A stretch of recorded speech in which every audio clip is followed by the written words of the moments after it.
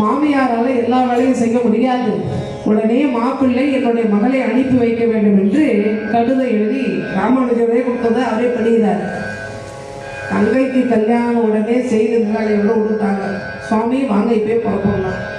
ராமானுஜர் சொன்னார், எனக்கு எத்தனையோ வேலை இருக்குது, இவர் கூட புறப்பட்டு உங்கள் அம்மா வீட்டை போய் சேரு, நான் என் வேலையெல்லாம் முடிச்சுட்டு பிறகு நான் வரேன்னு சொல்லி மனைவியை பக்குவமாக அவங்க அம்மா வீட்டுக்கு அனுப்பிட்டேன்.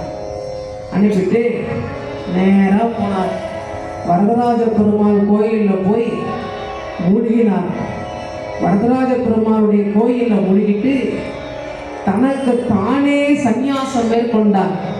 குருவை அவமதித்து இந்த கஞ்சாம்பாலோடு இனி நான் வாழ மாட்டேன், இனி எனக்கு குடும்பம் வேண்டாம், இல்லறம் வேண்டாம் என்று தனக்கு தானே காஷாயம் காவியாடை ஒழித்துக் கொண்டு தண்ணீரில் ஏற்கனவே பெரிய நம்பியின் மூலம் பஞ்ச சமஸ்காரம் வாங்கிட்டாரு. இப்பொழுது சந்நியாசத்தை தானே பூண்டு கொண்டார். தானே போட்டு கொண்டு இப்பொழுது திருக்கட்சி நம்பி அந்த இடத்துல இருக்கிறார். அவரிடத்திலே ஆசீர்வாதம் வாங்கி ஔவையார் பாட்டு பாடுவாங்க. பத்தாவுக்கு ஏற்ற பதிவிரதை உண்டாயில் எக்காலும் கூடியிருக்கலாம், சற்றே ஏறுமாறாக இருப்பாளாயில் கூறாமல் சந்நியாசம் கொள். இப்ப இந்த பாட்டு பொறுப்பை யாருன்னா ராமானுஜர் தான் பொறுப்பு. இந்த பாட்டு ஔவையார் பாடினது ராமானுஜருக்கே பொருந்தும். என்ன கூறவே இல்லை அவர்.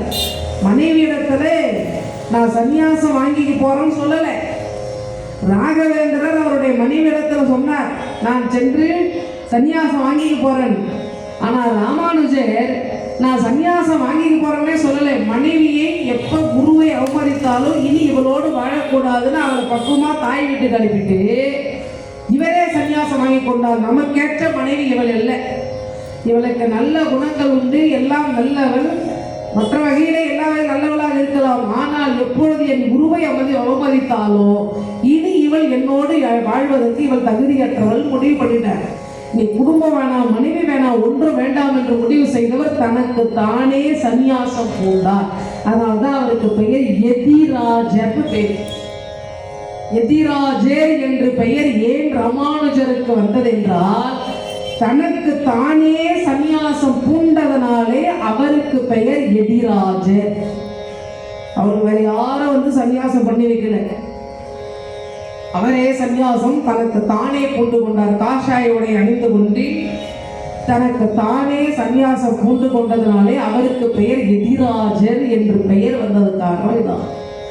எதிராஜர் எதிராஜர் என்று தனக்கு தானே சந்நியாசத்தை பூண்டு கொண்டார். இப்படி தனக்கு தானே சந்நியாசத்தை பூண்டு கொண்டு இருக்கின்ற பொழுது திரு கட்சி நம்பிய வந்தார்.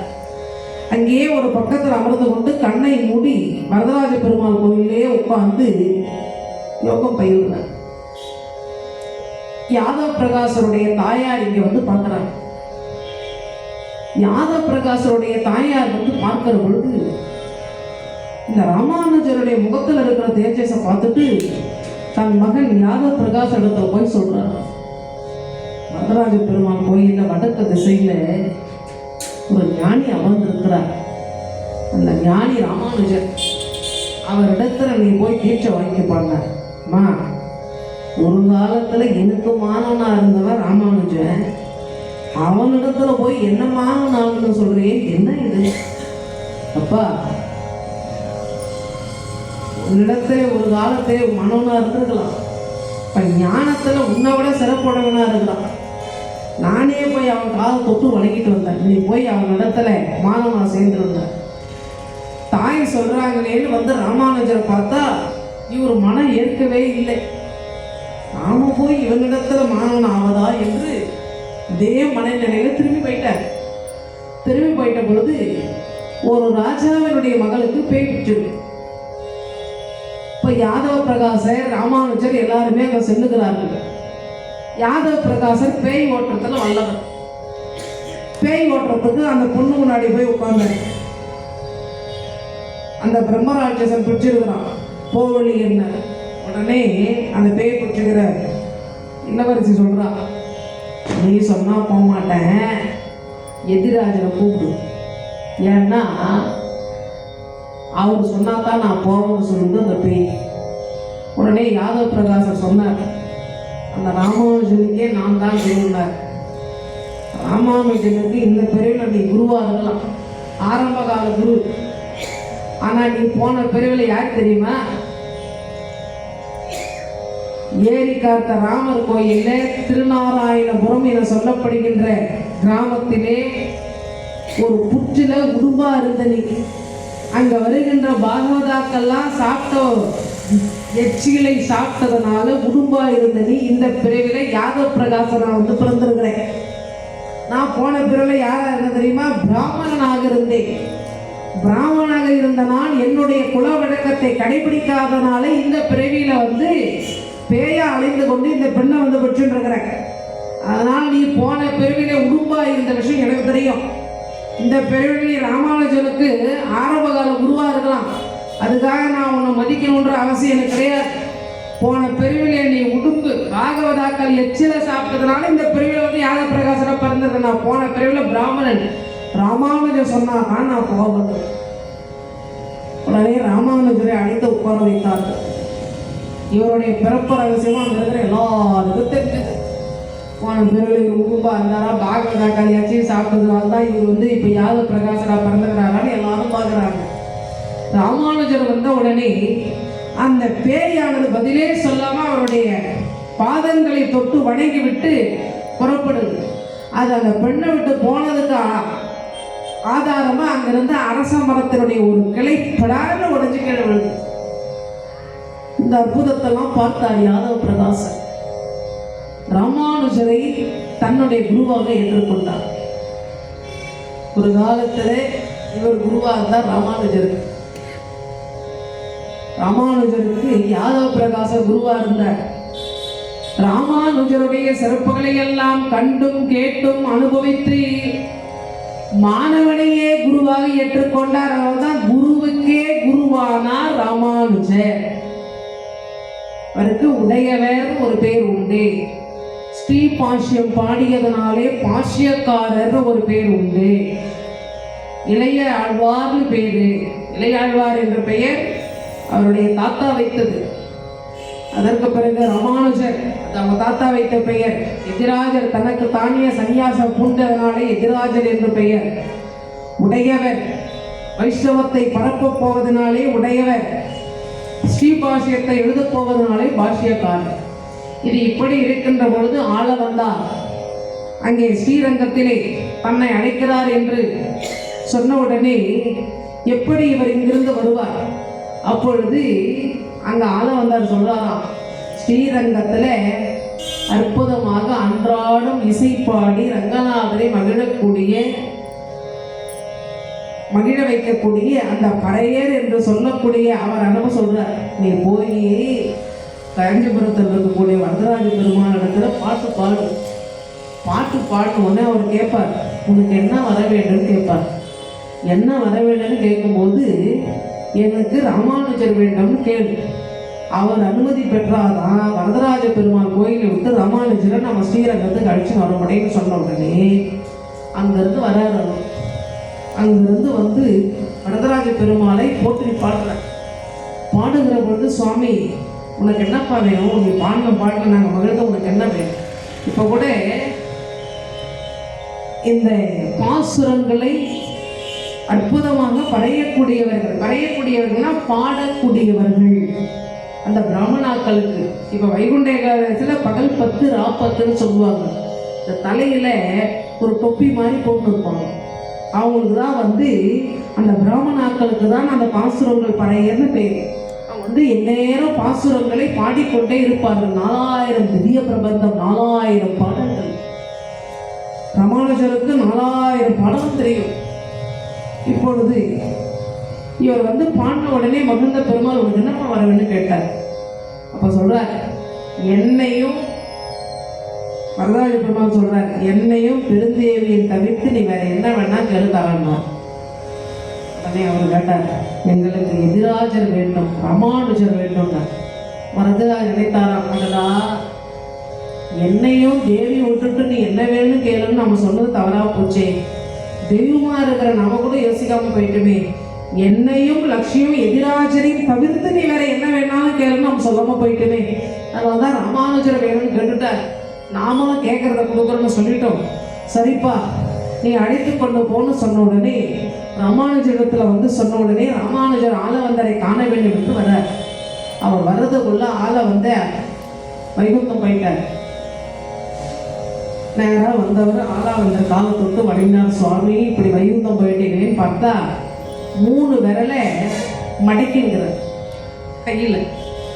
இதை பார்த்தா ராமானுஜர் பார்த்தார், என்ன இது 3 விரலை மடக்கின்றார், எப்பவுமே இவருக்கு இப்படிதானா இல்லை இப்போதான் இப்படி ஆனதான்? ஆமாங்க, எப்பவுமே இவருக்கு இப்படி கிடையாது, இப்போ வைகுந்த பதவி அடையறதுக்கு முன்னாடி தான் 3 விரலை மடக்கினார். உடனே ராமானுஜர் பார்த்தார், அப்போ நிறைவேறாத ஆசை 3 இருக்குதுன்னு அர்த்தம். உடனே இவர் கண்ணை மூடினார். முதல்ல சொல்றார், நான் உலகம் முழுவதும் வைஷ்ணவத்தை பரப்புவேன், உலகம் முழுவதும் வைஷ்ணவத்தை பரப்புவேன் என்று சொன்ன உடனே ஒருவர் அந்த ஆளவந்தாருடைய மடக்கி கொண்டிருக்கிற 3 விரல்ல ஒரு விரல் நிமிர்ந்தது. இரண்டாவது சொல்ற, ஸ்ரீ பாஷ்யத்தை எழுதுவேன், ஸ்ரீ பாஷ்யத்தை எழுதுவேன்னு சொன்ன உடனே 2வது விரல் நிமிர்ந்தது. 3வது பராசரருடைய மகனாக விளங்கக்கூடிய வேதவியாசர் தானே ஸ்ரீ விஷ்ணு புராணத்தை இயற்றினார். அந்த பராசரருடைய பெயரை நான் ஒரு பிள்ளைக்கு வைப்பேன், பராசரப்பட்டேன் என்று ஒரு பிள்ளைக்கு ஒரு பெயரை வைப்பேன் என்று சொன்ன உடனே 3வது விரல் நிமிர்ந்தது.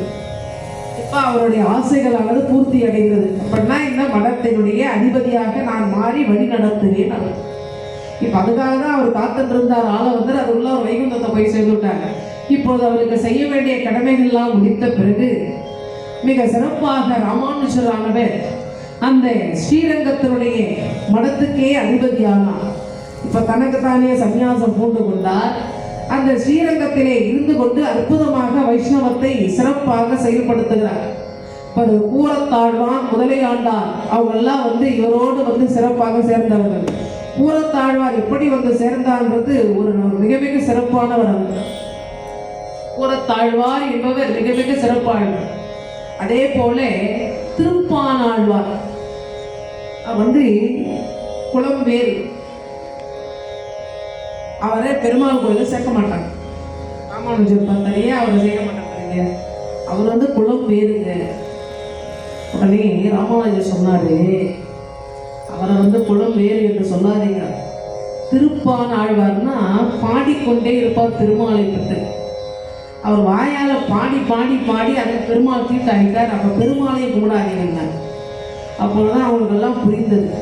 அதற்கு பிறகு இருந்து திருப்பாழாழ்வாரை ஸ்ரீரங்க ஆலயத்துக்குள்ளே பட்டாச்சாரிகள் அனுமதிக்கிறார்கள்.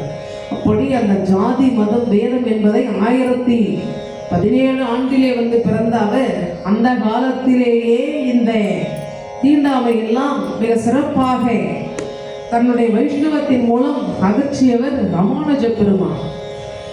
அப்படி இருக்கின்ற போது இவர் நிகழ்த்திய அற்புதங்கள் பல பல. இவருடைய தம்பியாக விளங்கக்கூடிய, அதாவது சித்தியினுடைய மகனாக விளங்கக்கூடிய கோவிந்தன் காசியில மூழ்கிற பொழுது ஒரு லிங்கம் அவருக்கு கிடைத்தது. அதனால அவர் என்ன பண்ணார், சிவபக்தியா மாறி காலத்தி மலைக்கு போயிட்டார். இப்போ தம்பியும் அழைத்து கொண்டு இங்க வரணும். திருமலை நம்பி என்பவர் திருமலையிலே விளங்குகிறார். அவரிடத்து ஆள் அனுப்பினார், நீங்க எப்படியாவது திருக்காலத்தி மலையில் இருக்கின்ற தம்பியினுக்கு முன்னதாக சென்று நல்ல வைஷ்ணவ பாசுரங்களை பாடுங்க, அது கேட்டு கேட்டு மனம் தெளிந்து நம் பக்கம் வருவான் என்றவுடன் அதே மாதிரி அவர் போய் மாணவர்களோடு பாடுறார். மனம் தெளிந்த அவர் வைஷ்ணவராக மாறினார். இப்படி மாறிய பிறகு திருமலை நம்பியை பார்த்த அவராலே வந்து சேர்ந்த இந்த கோவிந்தனும் ஸ்ரீரங்கத்துக்கு வந்துட்டார். திருமலையில அனந்தாழ்வார் ஒருத்தர், அவர் வெட்டியதான் இப்பவும் வந்து புஷ்கரணி, திருமலையிலே விளங்கக்கூடிய புஷ்கரணி இருக்குது. இப்ப பகவான் பெருமாளுக்கு நடைபெறுகின்ற தீர்த்தவாரி குளத்தை வெட்டியவர் அனந்தாழ்வார்.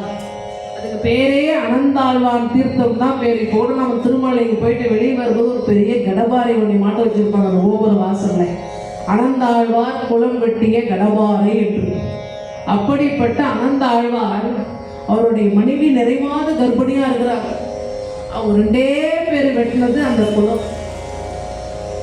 அப்பொழுது பெருமாள் வர, பெருமாள் ஒரு சின்ன பாலகனாக வந்து விளையாடுறார்.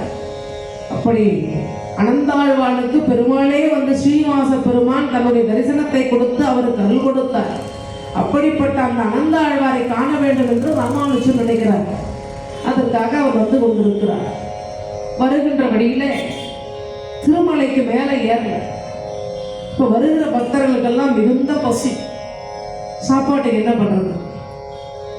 வருகிற வழியிலே ஒரு ஏழை பிராமணர், அவர் ராமானுஜர் மேலே மிகுந்த அன்பு கொண்டவர். ஆனால் அவருடைய ஜீவனை எப்படி போகுதுன்னா 4 வீட்டை பிச்சை எடுத்து சாப்பிட்றது தான் ஜீவன். இப்பொழுது இவரை பற்றி எல்லாரும் சொன்னதுனால அவருக்கு வருவதை பற்றியே அறிவு தெரிவிக்காம அவங்க வீட்டுக்குள்ள ஒரு 100 பேரோட போயிட்டார் ராமானுஜர். இப்போ அவர் பிச்சை எடுக்க வெளியே போயிட்டுக்கிறார். அவருடைய மனைவி லட்சுமி அம்மா, நம்முடைய வீட்டுக்கு ராமானுஜரே வந்துடுறார், இவருக்கு வயிறு நிறைய சாப்பாடு போடணும், பகவதாக்களுக்கு சாப்பாடு போடணும். உடனே அந்த அம்மா என்ன செய்வாங்க, ஏன்னா பிச்சைத்தாரர் தான் அவங்க 2 பேரும் சாப்பிட்றாங்க. இப்போ அவரும் வெளியே போயிட்டுக்கிறாரு. அந்த மேல் கூரையை கூட மாற்றத்துக்கு வழி இல்லை, எல்லாம் பொத்தலாக இருக்குது. இந்த அம்மாவுக்கு எப்படி வந்தவர் வயிறு நிறைய சாப்பாடு போட்ட என்ன வழின்னு பார்த்தா, அந்த ஊரில் ஒரு வணிகன், அவனுக்கு ரொம்ப நாளாக இந்த அம்மா மேலே ஒரு தவறான எண்ணம்.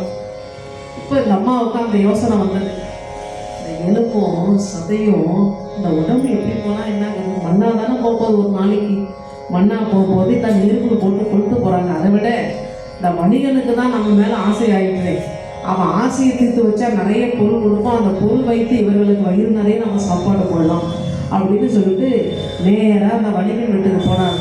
ஐயா, உங்கள் எண்ணத்துக்கு நான் சம்மதம் தெரிவிக்கிறேன். என் வீட்டை தேடி இவ்வளோ பேர் வந்துடுறாங்க, அவ்வளோ பேருக்கு நான் சாப்பாடு போடணும், எனக்கு நீங்கள் மளிகை சாமான் கொடுத்து உதவணும்னு சொன்ன உடனே அவன் மனைவியிடத்திலேயே தலைமையில் மூட்டை கட்டி அனுப்புறான், எடுத்து போய் எல்லாத்தையும் வச்சுட்டு வாங்க. உடனே அந்த அம்மா கொண்டு வந்து வைக்கிறாள். கொண்டு வந்து வைத்த பிறகு வயிறு நிறைய இவங்களுக்கெல்லாம் சாப்பாடு போட்டு நிறைவு செய்தார்கள். இப்பொழுது அவருடைய கணவர் பிச்சை எடுக்க சென்றவர் வீட்டுக்கு வந்தால் ராமானுஜர் சாஷ்டாங்கமாக காலில் விழுந்தார். மனைவி லட்சுமியை பார்த்தார். லட்சுமி, நாம சாப்பிட்றதையே பிச்சை எடுத்து சாப்பிட்றோம், என் குருநாதருக்கு வயிறு நிறைய வைத்தாய், எப்படி அம்மா வைத்தாயின்னு சொன்னவுடன் அந்த அம்மா தனியை அழைத்து கொண்டு போய் எல்லா விஷயத்தையும் சொன்னாங்க. இப்பொழுது ராமானுஜரும் இதை அறிந்து கொண்டார். அப்பொழுது ராமானுஜர் என்ன பண்ணாரு, ஒரு பிரசாதத்தை கொடுத்தார். நீ போய் இந்த பிரசாதத்தை அவங்க இடத்துல கொடுமா. இப்பொழுது கணவனை அழைத்து கொண்டு வருகிறார். என்ன கொடுத்த வாக்கை காப்பாற்றணும். அவன் கொடுத்த மளிகை சாமானை வைத்துதான் இன்று இவர்கள் அனைவருக்கும் வயிறு நிறைய உணவு கொடுத்தோம். நான் அவனுடைய விருப்பத்தை நிறைவு செய்து வைப்பேன்னு சொல்லியிருக்கிறான். அதனால் அந்த கொடுத்த வாக்கை காப்பாற்றணும், வாங்க சுவாமின்னு செல்லுகிறார்கள். செல்லுகிற பொழுது ராமானுஜருடைய பிரசாதம் கொடுத்தாரு இல்லையா, அவர் சாப்பிட்டு மிச்சத்தை, ஐயா இதை சாப்பிடுங்க, எங்களுக்கு மளிகை சாமான் கொடுத்து உதவியதற்கு மிகுந்த நன்றி. லக்ஷ்மி கொண்டு போய் கொடுத்த உடனே, சரி முதல்ல இதை சாப்பிடலாம், லக்ஷ்மி கையால் சமைச்ச உணவு, அதற்கு பிறகு நாம் லக்ஷ்மியோடு மகிழ்ச்சியாக இருக்கலாம்னு சொல்லிட்டு அதை எடுத்து சாப்பிட்ட உடனே கெடுமதியான இவனுக்கு நல்ல புத்தி வந்துருச்சு. அவன் பார்த்தான், மகாலட்சுமி என் ஞான கண்ணை திறந்து இந்த பாவ பிறவிக்கு நல்ல வழி சொன்ன, கையெடுத்து வணங்கினான். என் தாய்க்கு சமம் அம்மா, நீ செய்த பாகவத கைங்கரியத்தில் என்னையும் ஒரு ஆளாக பங்கெடுத்துக்கிட்ட, உனக்கு அதற்கு நான் கோடான கோடி நன்றி சொல்கிறேன். அம்மா, உன்னை தவறாக நினைத்ததற்கு என்னை மன்னிச்சுன்னு அவன் காலில் வந்துட்டான். உடனே அங்கேருந்து லக்ஷ்மி அவருடைய கணவரும் பார்க்குறாங்க, சுவாமி நீங்கள் எங்களுக்கு இவ்வளோ பொருள் கொடுத்தீங்களா, அப்போ இதற்கு உண்டான பொருள் இப்போது இந்த இடத்துல இல்லை, நான் கொஞ்சம் கால தாமதமாக கொடுக்குறேன்னு சொன்னாங்க. நீ தரவே வேண்டாமா, எனக்கு இந்த கைங்கரியத்துக்கு என்னை பயன்படுத்தினப்பார், இதுக்கு நன்றி, இன்னும் நான் நிறைய தருகிறேன், இன்னும் அருமையாக அவங்களுக்கு சமைத்து கூட மூட்டையாக அனுப்புகிறேன் இவங்க வீட்டுக்கு. இந்த அதிசயத்தை ஓடி வந்து சொன்ன உடனே ராமானுஜர் அவர்களை வாழ்த்தினார். அந்த வணிகனையும் வாழ்த்தினார், உனக்கு நல்ல இன்னும் செல்வம் சேரட்டப்பா, நீ இன்னும் பாகவதாக்களுக்கு கைங்கரியம் பண்ணணும். இப்போ லக்ஷ்மி அம்மா சொன்னான், சுவாமி உங்களுடைய பிரசாதத்தை சாப்பிட்ட உடனே காமுகனாக விளங்கக்கூடிய அவருடைய புத்தியானது மாறி எவ்வளவு பெரிய நல்ல உத்தமன் ஆக்கி விட்டீர்கள், உங்கள் பிரசாதத்தினுடைய அருமையே அருமை, பெருமையே பெருமைன்னு காலில் விழுந்து பல முறை தொட்டு தொட்டு தொட்டு தொட்டு வணங்கினார்கள். அதற்கு பிறகு அவர்களுக்கு ஆசீர்வாதம் செய்துட்டு அங்கிருந்து புறப்படுகிறார். புறப்படுகிற பொழுது பல இடங்களில் நடந்தே சென்றார். படி ஏறுகிற பொழுது முழங்காலால் சென்றார் ராமானுஜர். இப்போ கூட நம்ம திருப்பதி காளி கோபுரம் வழியா ஏறி செல்லுகிற பொழுது அங்க ஒரு இடத்துல ராமானுஜருடைய சன்னிதானமே இருக்கும். முழங்காலால் திருமலையை ஏறி வந்து ராமானுஜர் தரிசித்தார் என்பதற்கு இப்பொழுது ஆதாரமாக அங்க ராமானுஜருடைய சன்னிதானமே தனி சன்னிதானமே இருக்குது. இப்படி திருமலையிலே விளங்கக்கூடிய ஸ்ரீனிவாச பெருமானை தரிசனம் செய்து அனந்தாழ்வாரை போய் தரிசித்து விட்டு அங்கிருந்து மறுபடியும் ஸ்ரீரங்கத்துக்கு வரார் ராமானுஜர். ஸ்ரீரங்கத்திற்கு வருகின்ற பொழுது திருக்கோஷ்டியூர் என்ற ஊர்ல நம்பி என்றவர் இருக்கிறார். அவர் நிறைய அற்புதமான ஞான பொருள் எல்லாம் அறிந்தவர் என்று சொன்ன உடனே அவரிடத்திலே ஞானம் பெறணும்னு ராமானுஜர் சொல்லுகிறார். திருக்கோஷ்டியூர் நம்பி பார்த்தார். எதுக்கு வந்துக்கிறேன்? உங்களிடத்திலே மாணவனா சேரணும்னு வந்துக்கிறேன். பாடம் சொல்லி தர முடியாது போ. அதுக்காக ராமானுஜர் கோபப்படலை. 18 முறை போனார். 18 முறை சென்றும் பாடம் சொல்லித்தர மாட்டாங்க. பல பேர் சொல்லுவதை கேட்டு ராமானுஜருடைய பெருமையை உணர்ந்த திருக்கோஷ்டியூர் நம்பியே தன்னுடைய மாணவர்கள் அனுப்பினார். போய் ராமானுஜன் அழைச்சினார். ராமானுஜனை அழைத்துக் கொண்டு வான்னு சொன்னோடனே ராமானுஜரை அழைத்துக் கொண்டு வந்தார்கள். அவர் என்ன பண்ணார்? கூடவே முதலையாண்டாரையும் கோரத்தாழ்வனையும் அழைத்து வந்தார். உன்னை மட்டும்தானே வர சொல்லி இவங்க 2 பேரும் எது வர சொன்ன? சுவாமி, சுதர்சன சக்கரம் வலது கையில் இருக்குது, சங்கு இடது கையில் இருக்குது, இது இல்லாம வர முடியுமா? அது மாதிரி இவங்க இவங்க. சரி, உனக்கு நான் சொல்றத உலகத்தில் இருக்கிற யாருக்கும் சொல்லக்கூடாது. இதை இந்த மந்திரத்தினுடைய பலன் பரம பதத்தை கொடுக்கும். நாம் செய்த பாவங்களை நீக்கி பிரஜா நதியை கடந்து வைகுந்த வாசலை தரும். சொல்லுங்க சுவாமி. இது 8 எழுத்துக்களால் ஆன மந்திரம். சொல்லுங்க சாமி. மெதுவா சொன்னார். ஓம் நமோ நாராயண. இதை யாருக்கும் சொல்லக்கூடாது. உடனே அவர் என்ன பண்ணாரு? தம தம தம தம வெளியே ஓடி வந்தார். திருக்கோஷ்டியூர் இருக்கிற பெருமாள் கோயில் கோபுரத்தினால் ஏறினார். மக்களே எல்லாரும் வாங்க, உங்களுக்கு ஒரு நவரத்னம் கொடுக்க போறேன். இந்த நவரத்னத்தை கொண்டு நாம சேர்க்கிற நவரத்னம்லாம் திருட்டு போயிடும், மீன் செலவாயிடும், தேவைன்னு வந்தால் நாமளே கூட விட்டுருவோம். அந்த நவராத்திரம்லாம் ஒரு நாளைக்கு இருக்கும், இல்லாமல் போயிடும். இப்போ நான் சொல்லித்தரப்போகிற நவரத்தினம் எப்போதும் உங்களுக்கு இருக்கும், உங்களுக்கு நல்லதை செய்ய உங்களை கொண்டு போய் வைகுந்தத்திலே சேர்க்கும் என்று மேல இருந்து பாடுறார். குலம் தரும் செல்வம் தந்திடும், குலம் தரும் செல்வம் தரும், நீர் விசும்பு அருளும் நலம் தரும், பெற்ற தாயினும் ஆயினச் செய்யும் நலம் தரும் சொல்லை நான் கண்டு கொண்டே நாராயணா என்னும் நாமம். நாராயணா என்னும் நாமம் அற்புதமாக அந்த திருக்கோஷ்டியூர் பெருமாள் கோயில் இருந்து உலகமே அந்த ஊர்ல இருக்கிற எல்லாரும் கேட்கும்படி இந்த மந்திரத்தை சொன்னார். நம்பி வந்தார். குருவினுடைய பேச்சை மேற்கொண்டு நரகம் தான் கிடைக்க போகுது. நான் என்ன சொல்லணும், யாருக்கும் சொல்லக்கூடாதுன்னு சொன்னேன். ஏன் இப்ப எல்லாரையும் அழைத்து இப்படி சொல்லிட்டு ஏன் மறைமுகமாக வைக்க வேண்டியதை இப்படி கடைபிடித்து விட்டாயே உங்களுக்கு நரகம் கிடைக்க போகுதுன்னாரு. உடனே ஓடி வந்து கையெடுத்து வணங்கினார். குருநாதா, எனக்கு என் ஒருவனுக்கு நரகம் கிடைச்சா கூட பரவாயில்ல, யாருக்கும் சொல்லக்கூடாதுன்னு சொன்ன குருவாக்கை மீறி இந்த ஊரே அறியும்படி உலகமே அறியும்படி சொன்ன எனக்கு நரகம் கிடைச்சாலும் பரவாயில்ல. இத்தனை கோடி பேரும் சொர்க்கத்துக்கு செல்ல போகிறார்கள், வைகுந்த பதவி அவனுக்கு கிடைக்க போதும் பொழுது நான் ஒருவன் நரகத்திற்கு சென்று இத்தனை பேரும் வைகுந்தத்திற்கு போவதே எனக்கு பெரிய மகிழ்ச்சி உள்ளார். அப்படிப்பட்ட ஒரு சிறந்தவர் ராமானுஜ பெருமான். ஒரு முறை ஸ்ரீரங்கத்தினுடைய கோயில் வாசல் உட்கார்ந்துக்கிறார் மாணவர்கள். அப்படி அமர்ந்து கொண்டிருக்கிற பொழுது ஒருவன் அவன் மனைவியினுடைய கண்களையே ரசித்துக் கொண்டு கொடையை பெற்றுக்கணும் கோயில் காய்ச்சினான். அங்க இருந்தவங்களாம் ரசிக்கிறாங்க. குருநாதா, இவன் ஒரு மனைவியினுடைய பைத்தியம் போனது கொடையை பெற்றுன்னு அவன் கண்ணையே புகழ்ந்து பாடி வராம பாருங்க. ராமானுஜர் பார்த்தார். இந்த வாப்பாடு சொல்லுங்க சார், என்ன நீ என்ன பண்ற? என் மனைவியினுடைய கண்கள் போன்ற அழகு இந்த உலகத்துல எதுவுமே கிடையாது. மனைவி கண்ணுல நீ என்ன தேவமா சாப்பிடுற? உன் மனைவியினுடைய கண்களை விட ஒரு அழகான கண்ணை நான் காட்டமானேன். காட்டுங்க சுவாமி, இந்த மாலை வா எங்க மடத்துக்கு ஒன்று காட்டுறேன். மாலை வந்தவுடன் ஸ்ரீரங்கனுடைய ரங்கநாதருடைய ஆலயத்திற்கு அழைத்து கொண்டு ரங்கநாதருடைய கண்களை காட்டுகிறார். இந்த கண்களோடவா மனைவி கண்ணு சிறந்தது? அது மூளையும் பீலையும் கண்ணீரும் உப்பு தண்ணியும் ஒழுகுகின்ற கண்ணு. அதுக்கு மை வைத்து அலங்காரம் செய்து அதை மறைச்சி வச்சுக்கிறாங்க. இதெல்லவா கண்ணு? அது ஒரு நாளைக்கு பார்வை தெரியும், ஒரு நாளைக்கு பார்வை தெரியாமல் போயிடும், புறம் வந்து சேர்ந்துடும். அதுவா கண்ணு? இதுவல்லவா அழியாத கண்ணு என்று பெருமாளுடைய கண்ணை காட்டின உடனே அவருடைய பைத்தியம் தெரிஞ்சு போச்சு. அவன் அன்றைய தினத்திலிருந்து ராமானுஜருக்கு மாணவராயிட்டான். அவர் என்ன செய்வார்? குளிப்பதற்கு தீர்த்த கரைக்கு செல்லுகின்ற பொழுது கூரத்தாழ்வன் கையை பிடிச்சின்னு போய் இறங்குவார்.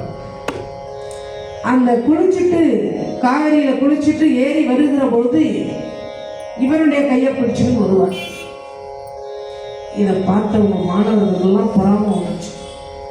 அவன் வேற்று ஜாதி, அவன் கையை பிடிச்சிட்டு வராரு, என்ன இது என்று ஒருத்தரோட ஒருத்தர் பேசுறாங்கன்னு ராமானுஜருக்கு தெரியுது. மாணவர்களுக்கு நல்ல அறிவை புகட்டணும்னு முடிவு பண்ணாங்க. அவங்க அணிந்து கொள்ளுகின்ற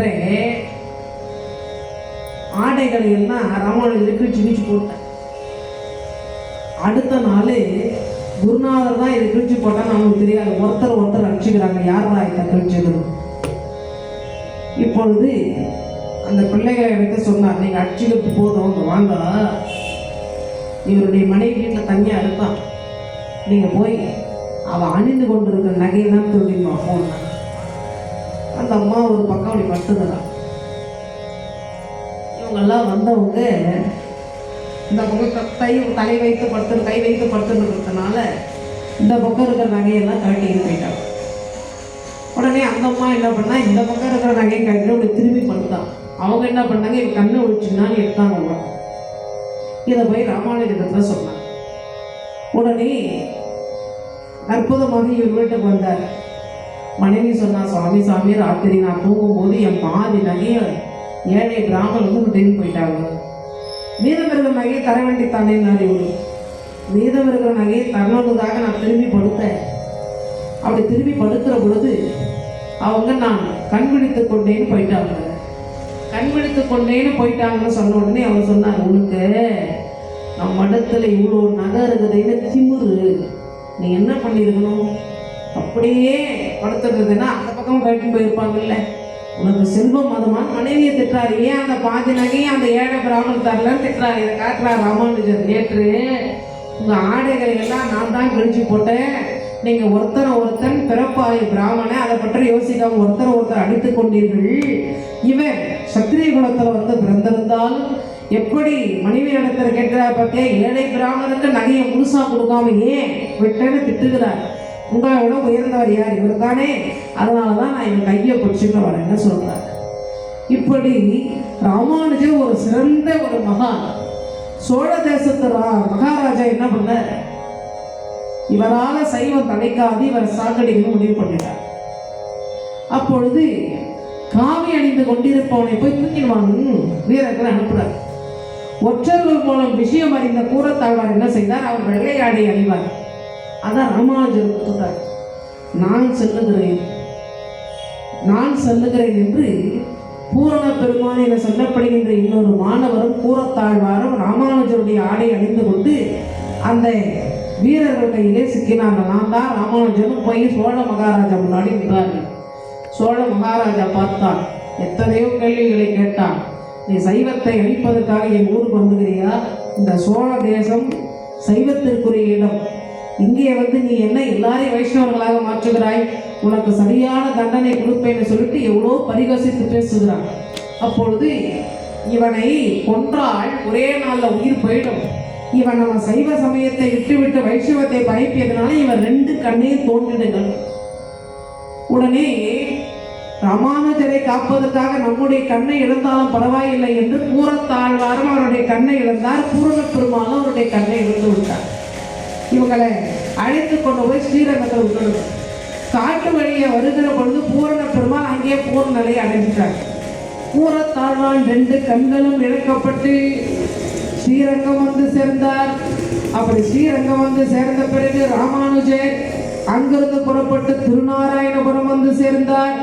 அங்கே அவருக்கு ஒரு அற்புதமான விக்கிரகம் கிடைக்கிறது. அந்த விக்கிரகத்தை கொண்டு போய் சிறப்பாக பூஜிக்கிறார். அதனுடைய இன்னொரு ஜோடி விக்கிரகம் டில்லியில் இருக்குதுன்னு சொன்ன உடனே டில்லியிலே சென்று ராஜாவினுடைய மகள் இளவரசர் இடத்துல இருக்கிற அந்த விக்கிரகத்தை வாங்கிட்டு வந்தார். விக்கிரகத்தை கொடுத்தாலும் அந்த பெண் அந்த விக்கிரகத்தின் மீது அவ்வளவு அன்பு கொண்டிருந்ததுனால அவள் அதே உருக்கத்தோடு இறைவனுடைய திருப்பதத்தை போய் சேர்ந்தார். இப்படி இவருடைய ஆளுமை எல்லா ஊர்லயும் தென் திசை, கிழக்கு திசை, வடக்கு திசை, தெற்கு திசை எல்லா இடத்திலும் பரவி.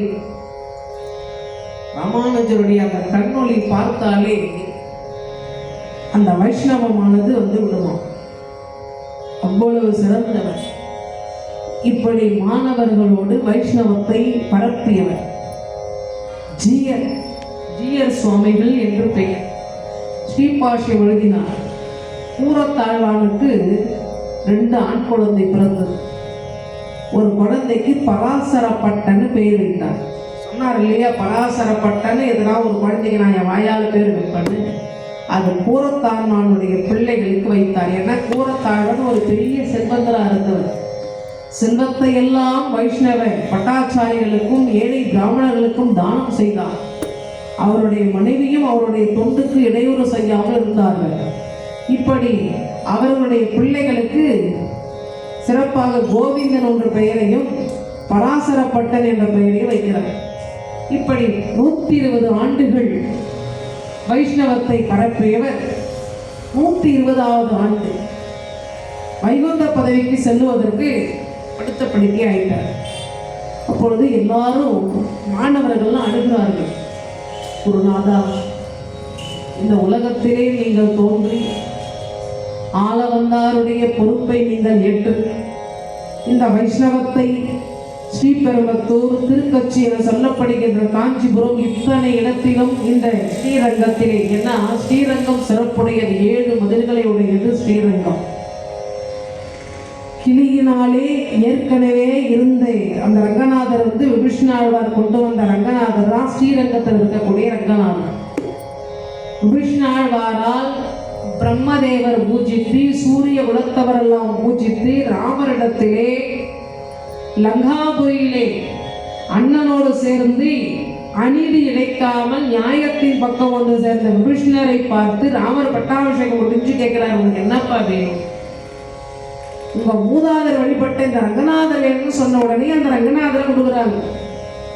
அப்பொழுது எல்லாரும் தேவர்கள்லாம் பார்க்குறாங்க, என்னதான் விபீஷ்ணன் ராமர் வாயால தம்பியா அவரை ஏற்றுக்கொண்டால் கூட லங்காபுரிக்கு இந்த ரங்கநாதர் போகக்கூடாதுன்னு எல்லாரும் நினைக்கிறாங்க. அவங்க எண்ணத்திற்கு ஏற்றார் போல அங்கே கொண்டு வந்து தீர்த்தம் ஆடலாம் என்று வைத்தவர் ரங்கநாதர் திருப்பி எடுக்க முடியல, அப்படியே வச்சுட்டார் காவேரி கரையில். அது பின்னால் மண்மூடி போய்விட்டது. அதற்கு பிறகு கிளி வந்து சொல்லே சோழராஜாவுடைய செவியிலே பட்டு அதற்கு பிறகு அந்த இடத்தை அகழ்ந்தெடுத்து அந்த இடத்தை தூய்மை செய்து 7 மதில்கள் வைத்து கட்டப்பட்டது ஸ்ரீ ரங்கநாதருடைய ஆலயம். அந்த ரங்கநாதர் அவ்வளவு சிறப்பு வாய்ந்தவர். தேவலோகத்திலே பூஜிக்கப்பட்ட ரங்கநாதர் ஸ்ரீரங்கம். அதே மாதிரி நமக்கு ஒரு ரங்கநாதர் வடவரங்கன், நம்ம பள்ளிக்கொண்ட உத்திர ரங்கநாதர், அவரும் சுயம் பிரம்மதேவர் சரஸ்வதி இல்லாமல் யாகத்தை நடத்த வேண்டும் என்று யாகத்தை நடத்துகின்ற பொழுது சரஸ்வதி தேவி தான் நதியா வராங்க. பாலாறு, சரஸ்வதி நதி, பத்னி நதி, இத்தனை பேர் அந்த நதிக்கு வருகிற பொழுது அந்த யாகத்தை காஞ்சிபுரத்தில் நடத்துறார். இந்த தண்ணீரை தடை செய்ய வேண்டும் என்று பெருமாளிடத்தில் கேட்கிற பொழுது பெருமாள் தானே வந்து உலகத்திலே முதல் படுத்த இடம் பள்ளி கொண்டான். ஊருக்கு பேரே பள்ளி கொண்டா இல்லை, பள்ளி கொண்டான். பெருமாளே வந்து பள்ளி கொண்டதனாலே பள்ளி கொண்டான். அதனால்தான் இதுக்கு பெயர் வடவரங்கம். அது திருவரங்கம் என்றால் இது வடக்கே விளங்கக்கூடிய ஸ்ரீரங்கம். அம்பரீஷர் எல்லா இடத்திலும் மோட்சத்திற்கு சென்று எங்கேயும் மோட்சம் கிடைக்காம அம்பரீஷருக்கு மோட்சம் கிடைத்த இடம் பள்ளி கொண்டார் ரங்கநாதருடைய ஆலயம். அப்படிப்பட்ட இடத்துல அவர் இங்கே ஒரு இடத்துல படுகிறாரு. அதற்கு பிறகு திருப்பார்கடல் காவேரி பகம், பிறகுதான் வந்து காஞ்சிபுரத்தில் அப்படிப்பட்ட இந்த ஸ்ரீரங்கமானது இவ்வளவு ஒரு சிறப்பு வாய்ந்தது. அந்த ஸ்ரீரங்கத்துல தான் கம்பர் ராமாயணத்தை அரங்கேற்றிய இடம் ஸ்ரீரங்கம். கம்பர் வந்து வால்மீகி வடமொழியில எழுதிய ராமாயணத்தை தமிழ்ல கம்பர் பாடுறார். அதை எங்க அரங்கேற்றம் செய்வது? சிதம்பரத்தில் அரங்கேற்றலாம் சொல்லுகிறார்.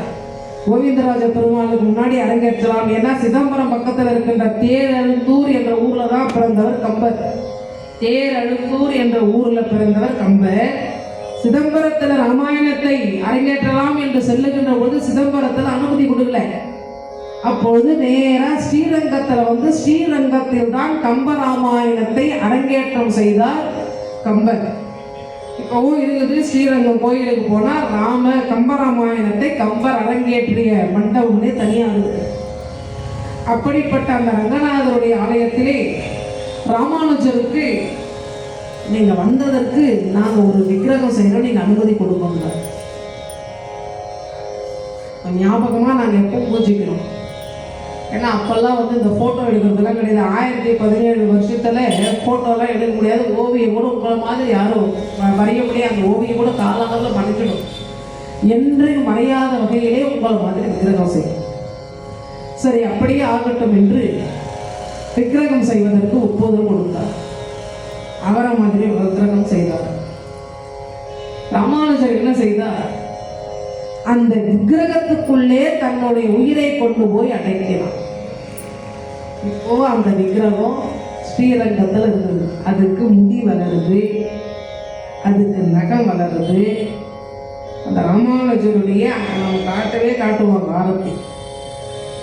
ஆரத்தி காட்டும் போது இதற்குள்ளே ராமானுஜர் இருக்கிறார் என்பதற்கு ஆதாரமாக இப்போவும் அந்த விக்கிரகத்து தலையில் முடி இருக்கு, நகங்களானது இருக்கும்.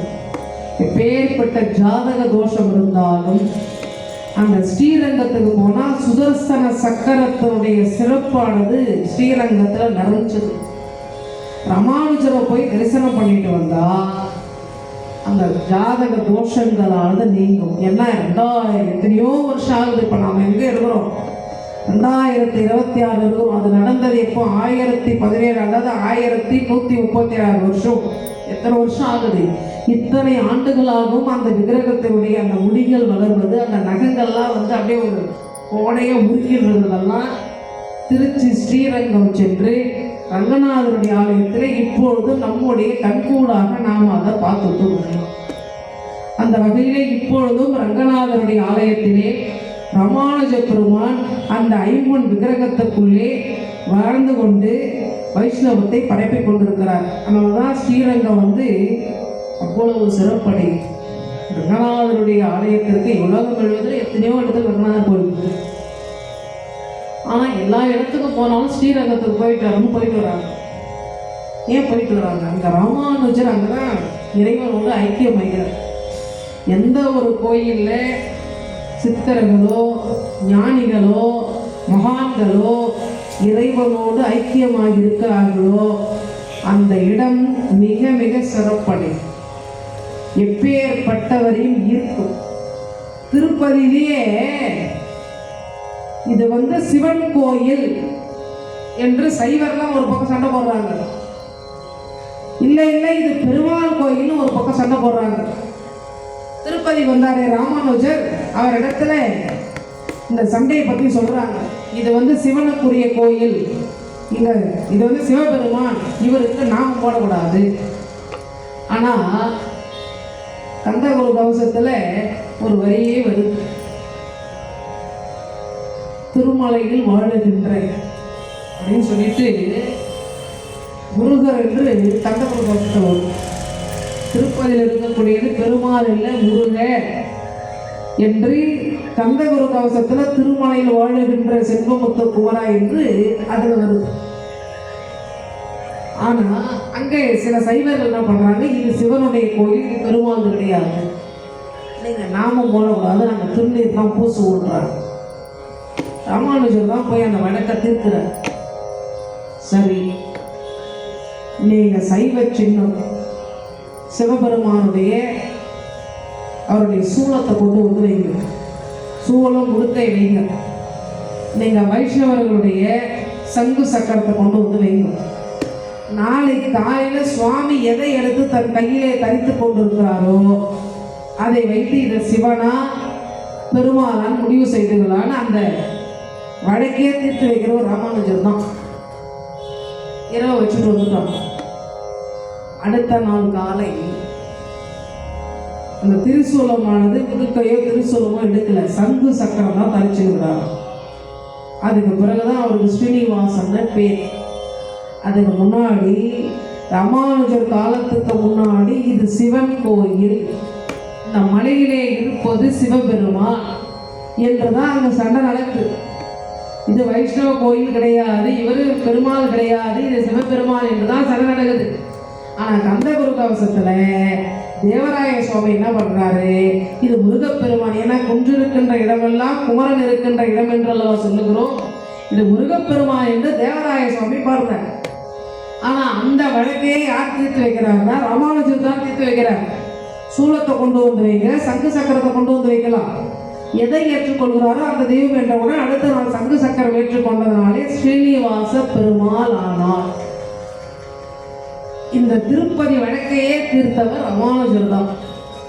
இப்படி பல அற்புதங்கள் நினைத்து ஸ்ரீரங்கத்திலே ராமானுஜ பெருமான் இப்பொழுதும் அந்த விக்கிரகத்துக்குள்ளே 120 ஆண்டுகள் இந்த மண்ணுலகத்திலே அந்த உடம்போடு அங்கதான் அவருடைய சமாதி இருக்கு. அந்த உடம்பையும் அங்கதான் வந்து சமாதி வைத்திருக்கிறார்கள். அந்த ஸ்ரீரங்க கோயில் வந்து அது வந்து அவ்வளோ சிறப்பு பெற்று எப்பேற்பட்டவரையும் இப்பொழுதும் இருக்கின்றது. அவருடைய விரலில் இருக்கிற நகங்கள், தலையில் இருக்கிற முடி இப்பொழுதும் வளருது. ஸ்ரீரங்கம் போய் நிச்சயமாக இதை ஒரு முறையாக பார்த்துட்டு வாங்க. ஏன்னா அவங்க காலத்தில் நாமெல்லாம் வாழ, ஆனால் இன்று அதெல்லாம் அழியாத சோடா இன்னும் அப்படியே இருக்கு. அதை நம்ம போய் பார்க்கறதே ஒரு பெரிய பாக்கியம். புண்ணியம் செய்திருந்தாதான் நாம் அங்கெல்லாம் போய் பார்க்க முடியும். நிறைய பேர் சொல்லுவாங்க, எங்கே போனாலும் இதே சிவன் தான், இங்கே பார்த்தா போதாதா, எங்கே போனாலும் இதே அம்மன் தான், இங்கே பார்த்தா போதாதெல்லாம் இதுவே பார்க்க செலவு பண்ண ரொம்ப தூரம் போனோமா அப்படின்னு சொல்லுவாங்க. தவறு. இந்த இடத்துல சுற்றி சுற்றி நம்ம கால் தான் படும். அந்த இடத்துல எத்தனையோ ஞானிகள் சித்த புருஷால் எத்தனையோ ஆயிரம் ஆண்டுகளாக அவங்க பாதங்கள்லாம் பட்ட இடத்துல போய் நம்ம கால் படும் போதே நம்ம பாவம் தீர்ந்துடும். உலகத்திலேயே எப்பேற்பட்ட பாவத்தையும் தீர்க்கக்கூடிய வல்லமை எதற்கு உண்டு என்றால் கஷேத்ராடனத்துக்கு உண்டு. கோயிலாக சுற்றி வருவதனால பசுமாட்டில் எல்லா இடம்னா அது உடம்பு பூராதான் கால் இருக்குது. பசுமாட்டை சொல்லுவாங்க உடம்பு பூரா பசுமாட்டுக்கு வயிறுன்னு சொல்லுவாங்க. ஆனால் பால் எங்கே கறக்கிறோம்? பசுவினுடைய காம்பில் தானே கறக்கிறோம். அதுபோல ஒவ்வொரு ஸ்தலத்திற்கும் ஒவ்வொரு வகையான சிறப்புண்டு, ஒவ்வொரு வகையான அருள் உண்டு. அதனாலே ஸ்ரீரங்கத்தில் சென்று அந்த ராமானுஜ பெருமானை தரிசனம் பண்ணிட்டு வந்து பாருங்க, வாழ்க்கையிலேயே ஒரு சிறப்பு ஏற்படும். இன்னைக்கு உண்மையிலே ஒரு நல்ல நாள். ஏன்னா அவங்க வந்து நீங்க என்ன தலைப்புனாலும் பேச மாட்டாங்க. எனக்கு தான் வந்து ராமானுஜரை பற்றி சொல்லணும். ஏன்னா அவருடைய சிறப்பு மிக மிக அற்புதமான சிறப்பு. இப்பொழுதும் கண்கூடாக அந்த முடி நகம் வளர்றதெல்லாம் அந்த விக்கிரகத்தில் நாம் பார்க்கலாம். இப்பொழுதும் ஒரு புறத்திலே அவருடைய உடம்பை கையில காப்பு போட்டு பாதுகாத்து வைத்துக் கொண்டிருக்கிறார்கள் என்று கூட சொல்றாங்க. இந்த இடத்துல ஸ்ரீரங்க கோயில் இருக்குது என்று இப்பொழுது நாம் வந்து அதை நாம் கண்கூடாக பார்க்கலாம். இப்போ ராமானுஜரோட வரலாறு சொல்ல நாம் போட்டோம்னா இந்த பக்கத்துக்கு பேர் போனான்னு பார்த்தீங்களா, அது இயற்கையாக நடக்கக்கூடிய ஒரு நிகழ்ச்சி. இப்போ 18 நாள்லாம் நம்ம பாரதம்லாம் சொன்னோம், அப்படி யாரும் நிறைய பேர் ராமன் போட்டு போல.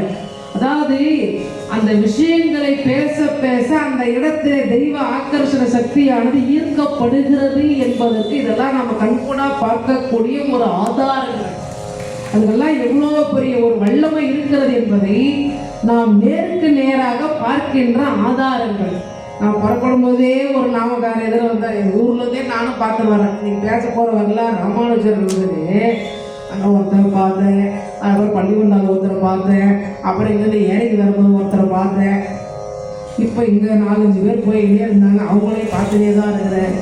அதாவது அந்த இறைவனுடைய அந்த அனுகிரகம், நாம் எதை இந்த இதை பற்றி பேச போகிறோன்றதுக்கு அதற்குண்டான முன்னாடியே அந்த காட்சிகளை வந்து நமக்கு இறைவன் வந்து காட்டுகிறார் என்பதற்கு அந்த அவனுடைய சக்தி அவ்வளோ வல்லமை நிறைந்தது என்பதற்கு இதெல்லாம் ஒரு ஆதாரம். அந்த வகையிலே ராமானுஜ பெருமானை எல்லாரும் சென்று ஸ்ரீரங்கத்தில் தரிசனம் செய்து விடுவாங்க. எல்லாரும் நம்ம சுற்றிட்டு வந்த பிறகு ராமானுஜருக்கு என்று அந்த தனி மண்டபமே இருக்குது, தனி சன்னிதானமே இருக்குது. அந்த விக்கிரகத்திலே இப்பொழுது முடி நகம் எல்லாம் மகிழ்ந்து கொண்டிருக்கிறது. அவரை ஒரு முறை போய் கண்ணால் பார்த்துட்டு வாழ்க்கையிலேயே நமக்கு ஒரு நல்ல மாற்றம் ஏற்றம் வரும். இந்த அவருடைய வரலாறு பேசுறதே நமக்கு ஒரு சிறந்த ஒரு பாக்கியம்.